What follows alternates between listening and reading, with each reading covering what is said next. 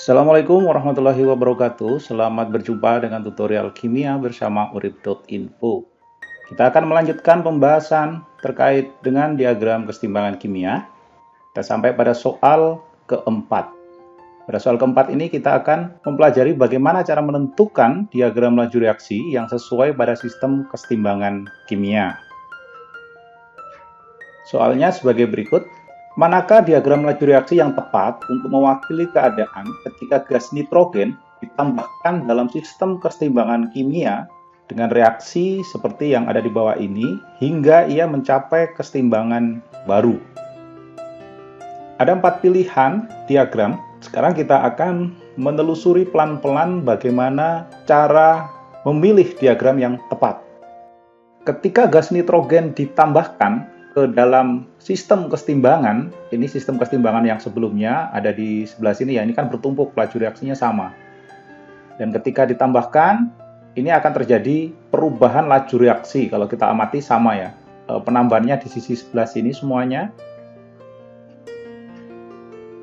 Dalam sistem kesetimbangan seperti yang ada ini, bila gas nitrogen ditambahkan, maka reaksi akan bergeser ke arah kanan.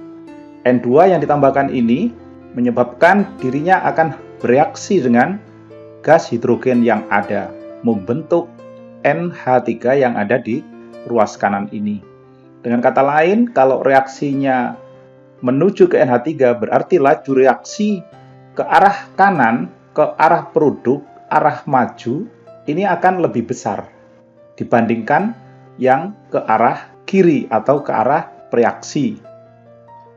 Nah, ketika NH3 ini terbentuk, maka laju reaksi ke kiri ini juga meningkat sebenarnya. Tetapi peningkatannya tidak lebih besar dibandingkan peningkatan laju reaksi ke arah kanan. Oleh karena itu, pergeseran kesetimbangan akan terjadi dari kiri ke kanan.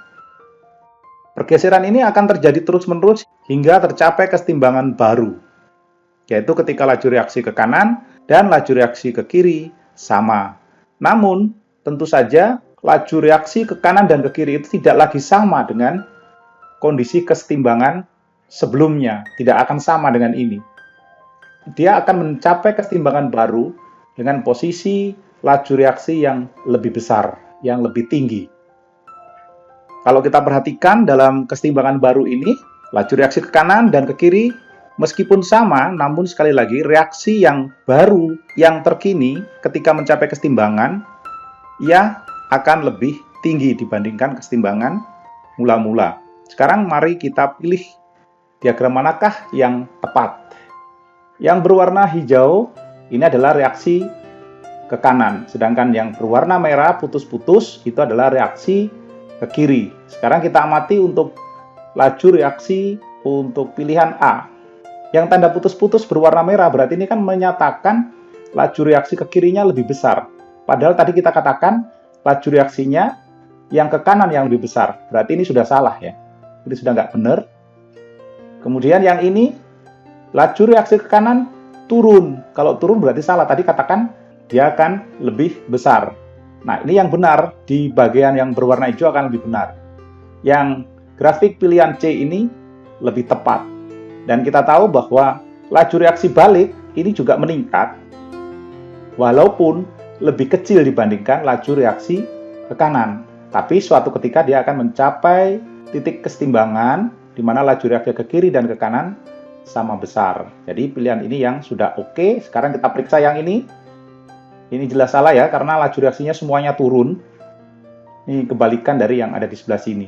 Berarti ini juga tidak tepat.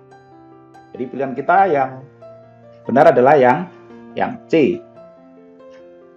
Sudah seperti itu saja. Jadi yang perlu kita pahami adalah ketika dalam sistem kesetimbangan diganggu dengan menambahkan gas nitrogen, maka laju reaksi ke kanan akan lebih besar.